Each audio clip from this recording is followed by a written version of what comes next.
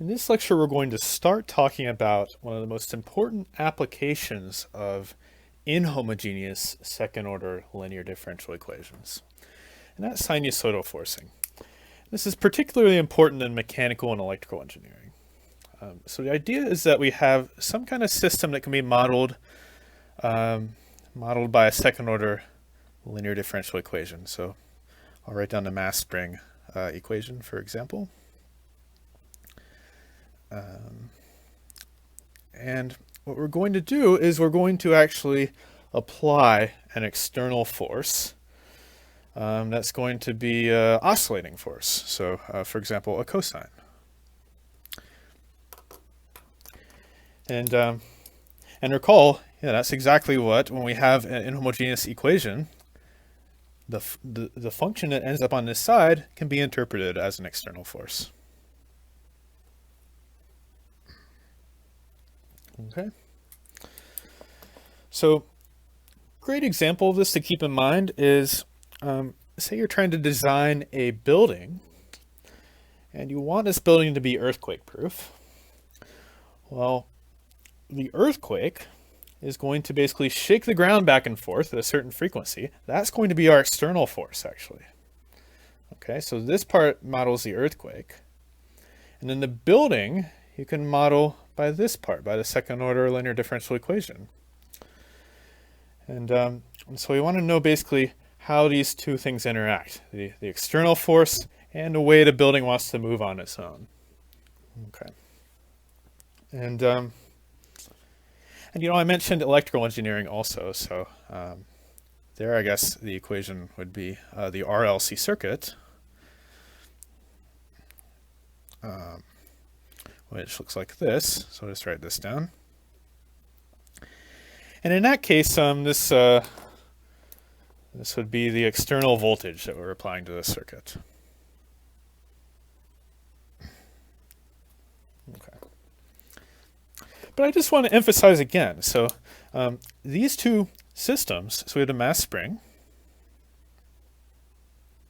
system and the RLC circuit. So the first one comes from mechanical engineering, and this one comes from electrical engineering. But mathematically, they're totally indistinguishable, right? Because they're just second-order linear differential equations with constant coefficients. Okay, and so if we solve one of these problems, we've solved the other one. Okay, so how do we solve equations like this? Well, in the last lecture, we talked about at least what the general solution is going to look like. So let's recall that for a moment. So the general solution, remember, it has two parts, and the first part is YH, we called it, and the second part is YP. And what is YH? YH is the solution to the associated homogeneous equation. That's if you just cover up this side and put 0 instead. If you solve that, YH is the general solution to that homogeneous equation. And YP is any one particular solution to the inhomogeneous equation. And that was a bit tricky to find. So we're going to do some more practice with that today. And so just to kind of set the stage here. So first thing I want to note is that if this coefficient here of the y prime, if it's positive, so if it's not 0, then what can we say about this solution here? What's going to happen? Well, I claim that one of these parts is going to go to 0 as time goes to infinity. And that's going to be YH. Okay, so YH is actually just going to go to 0. And we call the transient part of the solution because it's going to 0. So it's only relevant for a short amount of time. So the long-term solution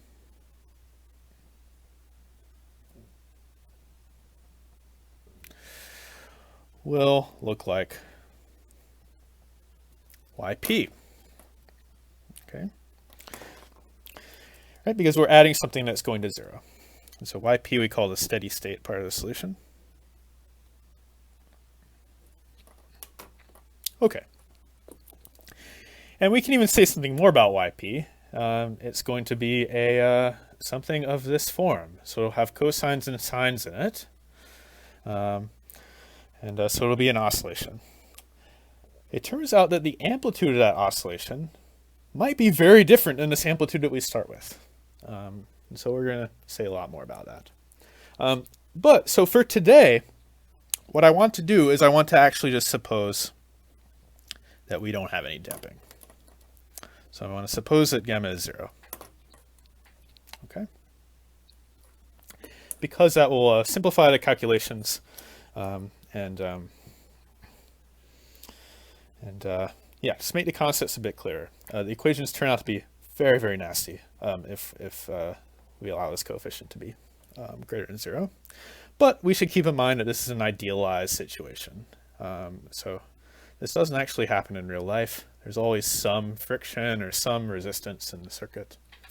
But for now, yeah, let's suppose gamma is 0. So what's our equation look like? It looks like my double prime plus ky equals a cosine. This could be a sine also. I'm just going to choose the cosine for today. Okay. So I should write my my other one too.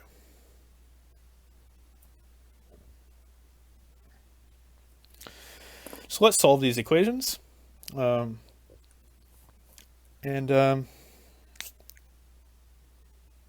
so the first step, we're going to find the solution, the general solution to the associated homogeneous equation. Okay. So we have my double prime plus ky equals 0. And I'm actually going to divide by that m.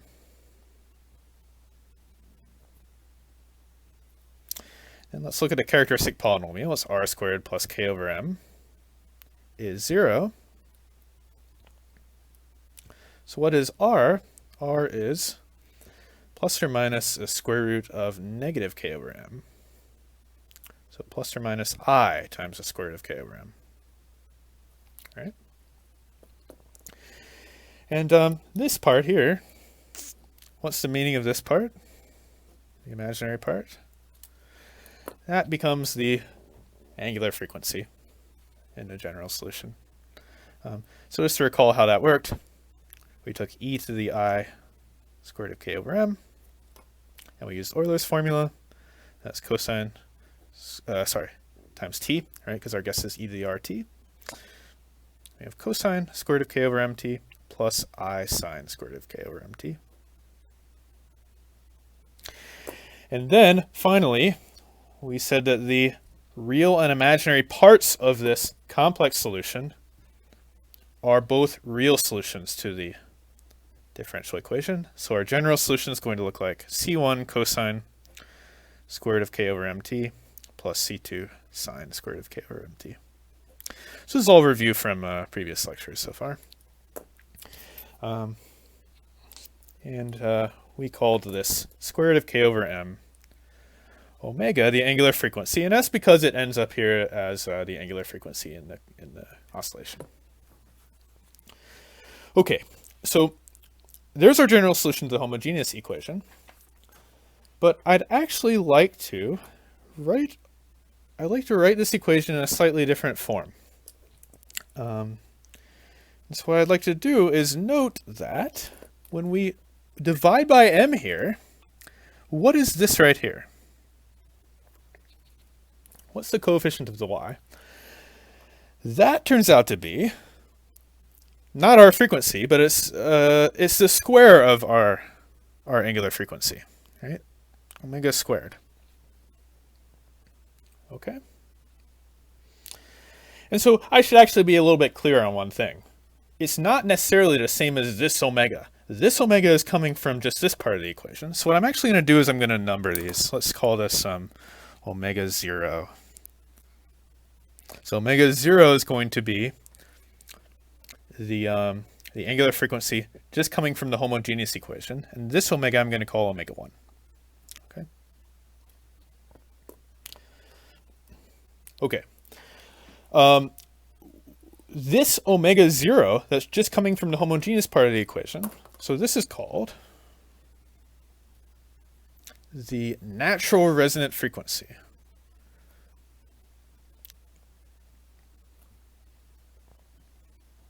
of the system.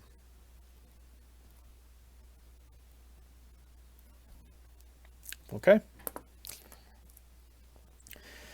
And what I just point out here is that we can actually write our differential equation. So we can write our differential equation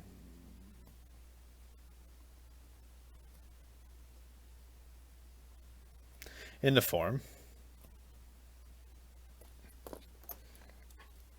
Okay, so what I'm going to do is I'm going to take my differential equation. You can think of either of these if you want.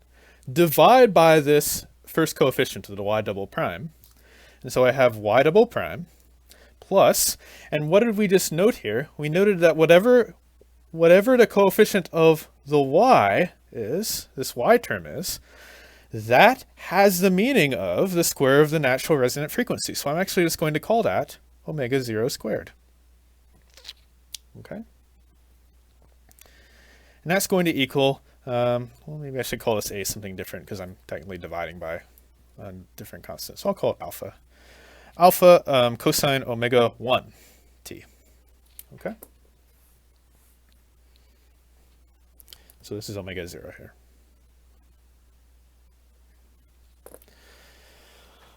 All right, and you're going to see that it's going to be very helpful to write our differential equation in this form, where we make explicit reference here to omega 0. Well, what's the next step?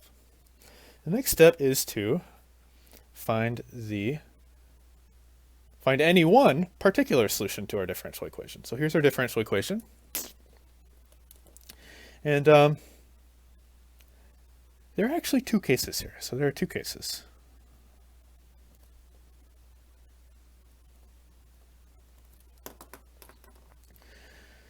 So we called this one omega 0 and omega 1, but I didn't necessarily say they have to be different numbers. So they could be different, or, so that's the first case. And the second case is, what if they happen to be the same number?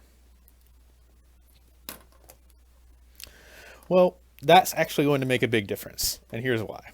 So what's our guess for the particular solution?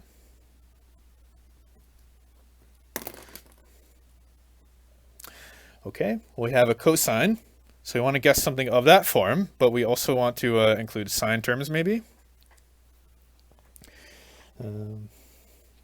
So we have a cosine omega 1t plus b sine omega 1t. But you might notice that because we only have the function itself and its second derivative, we're actually not even going to get any sine terms on this side. So we don't have to include the sine term necessarily. Just this cosine term will be enough.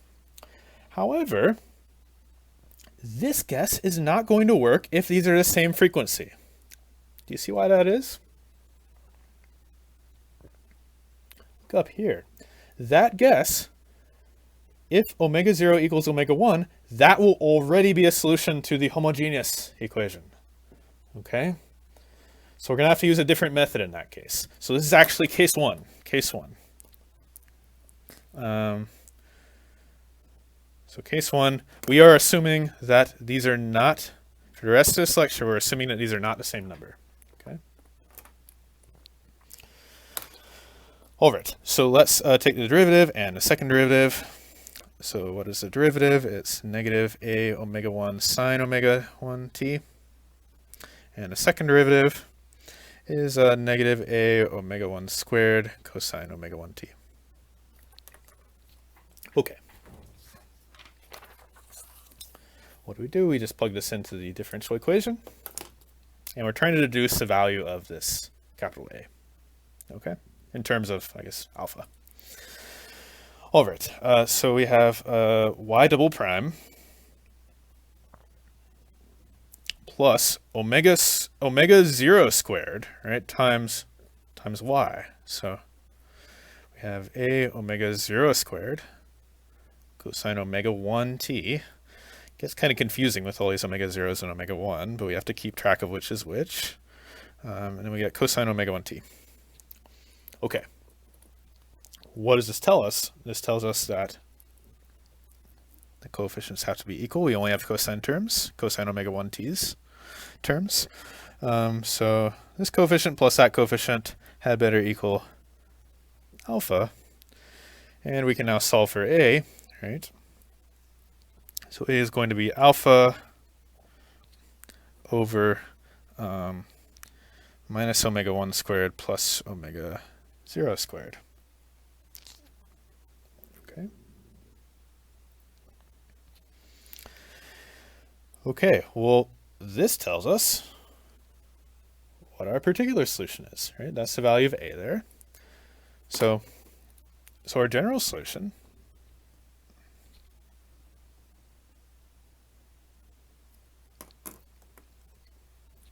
is going to be, let's write it all down. So first we have the homogeneous part, c1 cosine omega 0t plus c2 sine omega 0t.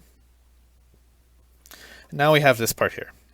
So we have plus alpha over omega 0 squared minus omega 1 squared times, what was it, a cosine.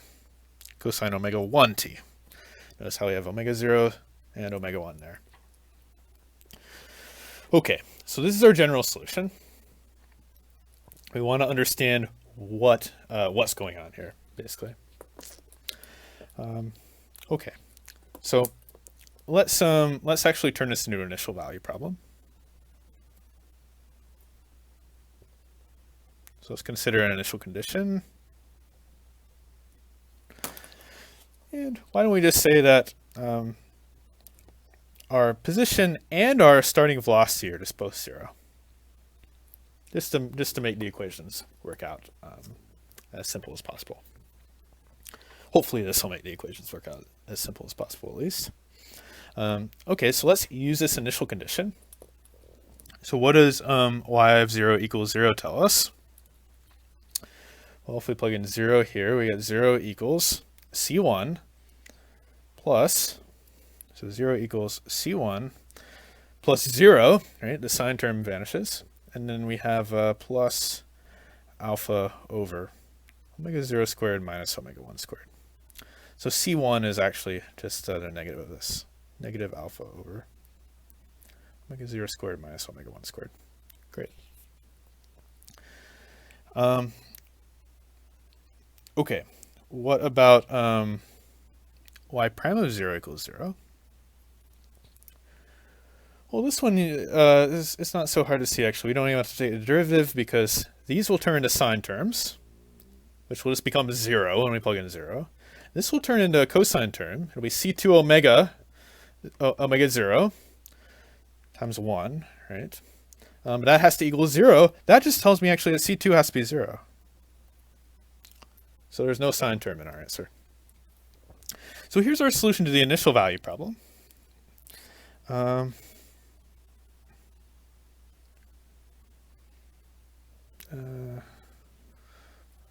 This looks very similar to that. Let's just factor that out. Okay.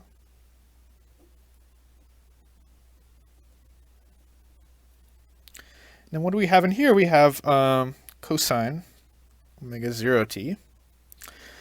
And then I factored out a minus sign, I guess. So we have minus now cosine omega 1t. Now, so these had the same amplitude, right? This cosine and that cosine. So here's our solution to the initial value problem. And again, that's great, but what we really want to do is we want to understand what's going on with the solution. So what does it look like when we have a cosine of one frequency minus a cosine of a different frequency? And these cosines have the same amplitude, notice. Right? It's the same amplitude. And so to really understand what's going on here, it's going to be useful to use a trig identity. So here's a useful trig identity.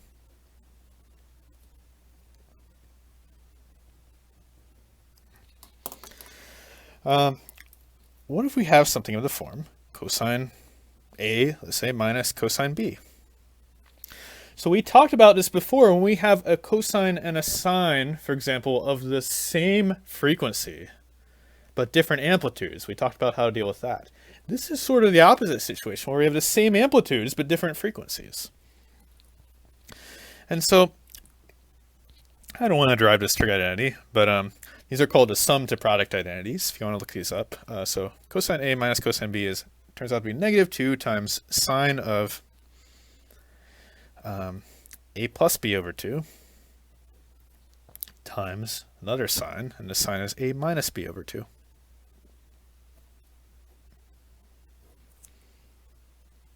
Okay. Let's use this trig identity to rewrite our solution to the initial value problem. Okay. So I'm going to get a negative sign here, so that's going to cancel out with that negative sign. So I'll have negative, or 2 alpha over this omega 0 squared minus omega 1 squared. And now this is going to become, okay, so what is A and what is B? So this is A in my formula, and this is B. So I'm going to get sine of omega 0t plus omega 1t. So I'm going to get, let me write it like this, omega 0 plus omega 1t over 2. And then I have a sine of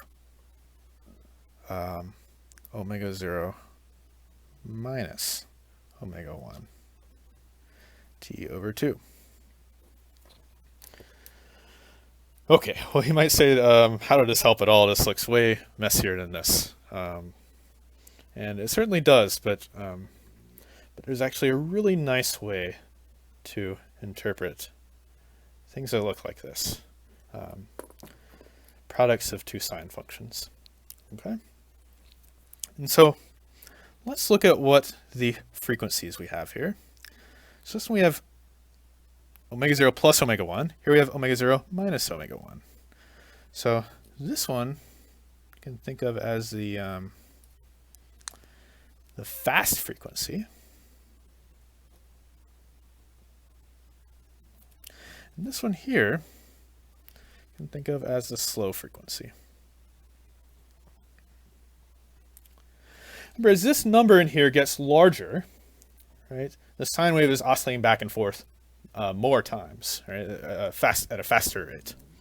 And so I'm actually going to rewrite this one more time. I'm very sorry about this. I'm rewriting it so many times, but I'm just going to swap the order of these two factors. So I'm going to put the slow one first. This is the slow one. And then this one is the fast one.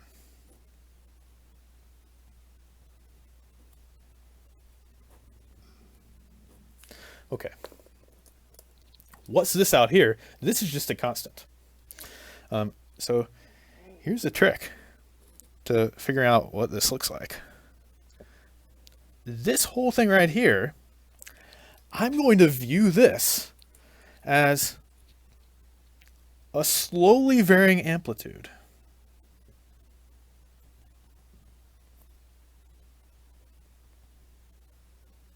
Okay. Of this function here. So this is going to be my oscillation, and then this part here is just controlling its amplitude, right? The space in which it's oscillating. Okay. So let's see if we can draw a graph of something that looks like this. And let's make it a little bit less complicated. Let's actually look at a concrete example where we're going to plug in some numbers now for omega 1, omega 0, and let's do alpha also. So let's look at a concrete example.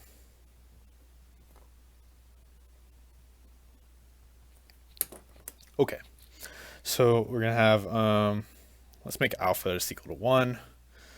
Let's make Omega 0, what is that going to be? Let's make it 2. And then omega 1, I actually want to make omega 1 slightly less than omega 0, but not too much less. So it's going to be pretty close to omega 0. And now if we plug these in, okay, just figure out what this is. So looks like this amplitude is approximately 2.632. That's just this one right here. Now I have a sine. Okay, so this is 2 minus 1.8 over 2. That's 0.1. So sine 0.1 t. And then what's this one going to be? Well, this is the average of these two. So sine 1.9 t. So you can see what I mean. There's a slow sine wave and there's a fast sine wave. And so what I'm going to do is I'm actually going to view this entire part here as a changing amplitude over time. And so here's how you do it. So let's draw a graph here.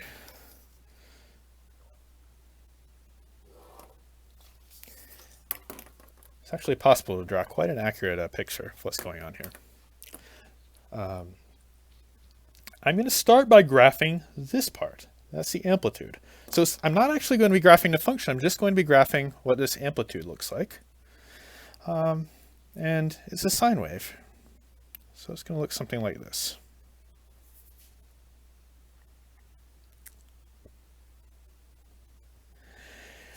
And because this function here is it's a sine, it takes both positive and negative values. I should draw it going the other way too.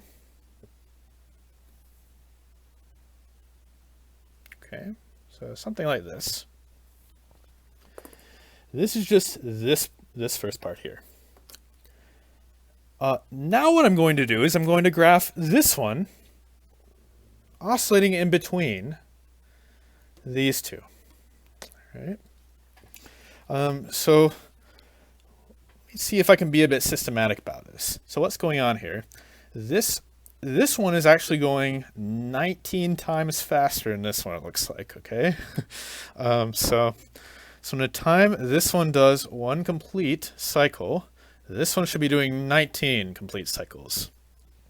Or in other words, in the time that this one here does half a cycle, which is here, this is only half a cycle, this one should be doing, I guess, 9.5 cycles. So I'm going to try really hard to do that. So I'm going to try to draw 9.5 total cycles. So there's 1, 2, 3, 4, 5, 6, 7, 8, 9. I messed up a little bit, but you get the idea. So this one has 9.5 complete cycles per half a cycle of this one. Okay, and then you can keep going. It's kind of fun to draw these.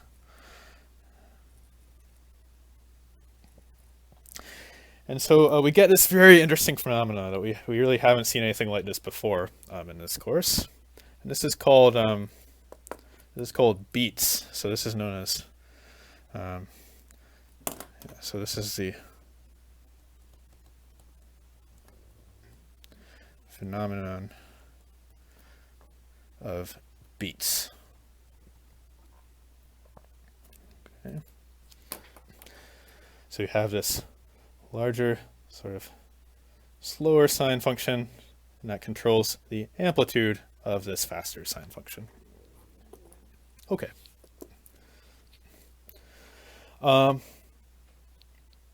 Well, here's what I'd like to do now. So we have an equation here. I'd like to ask, it's going to foreshadow what we're going to talk about in the next lecture. What happens when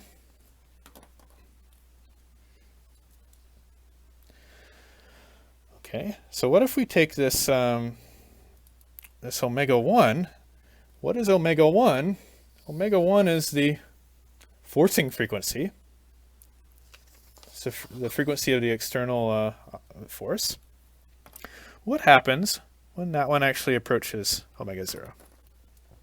Okay.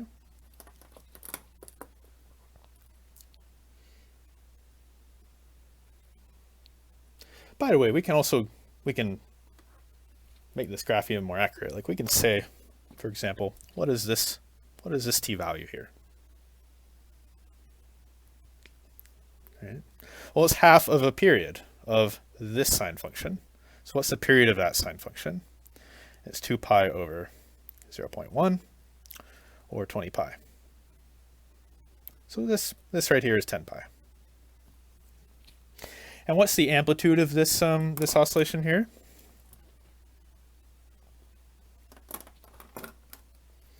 Well, it just turns out to be this right here, which is, in our example, it was 2.632. One thing I want you to notice is that 2.632 is quite a bit larger than the amplitude of our forcing function. Right? So our amplitude is increased. So one thing that happens when omega 1 approaches omega 0, you can just see by this equation. These two numbers are getting very close. This denominator is getting tiny, which means that the sort of maximum amplitude it attains is getting huge, right? So that's one thing that happens. Amplitude increases.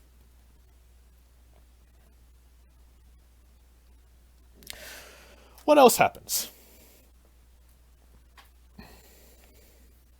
What can we say about the frequencies of these two oscillations that we see?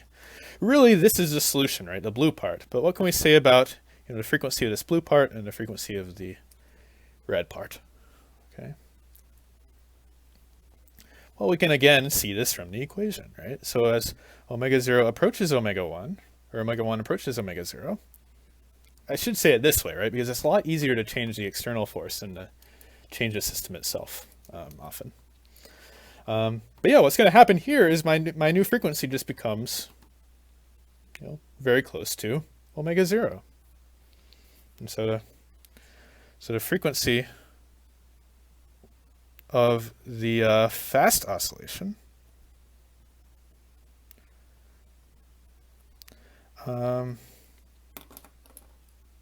is going to just approach this value omega 0. And what about the slow oscillation?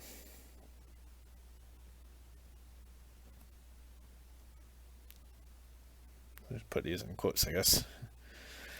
What about the frequency of the slow oscillation? That's just this amplitude envelope here. So that's going to approach what? Well, again, we can see from the equation, right? As these get very close, this frequency is just going to approach 0. What does it mean for the frequency to approach 0? It means that the period is going to approach infinity, right? So these beats here are going to get longer and longer, okay, as this frequency approaches the natural resonant frequency of the system. And so in the next lecture, we're going to talk about what happens actually when these two are the same. What happens when they're equal? And we're going to solve that in two ways. But yeah, before I end, I should just say that this phenomenon of beats is very useful. So one example I know of where this comes up is in piano tuning, actually. So when you tune a piano has each note on a piano, at least the higher notes on the piano, there are actually 3 strings, not one. So there's one key that actually has 3 strings. And so you have to tune all 3 of the strings separately. And if they're slightly out of tune, you actually get this kind of situation where you have 2 sine waves with slightly different frequencies, and you can actually hear these beats. So the way a good piano tuner will tune a piano is they'll tune the string and play the note until they don't hear the beats anymore, and then they'll know it's in tune. So that's just kind of a cool application of this. So in the next lecture, again, we're going to basically be analyzing the same equation here, but we're going to talk about what happens when we have the same frequency on both sides.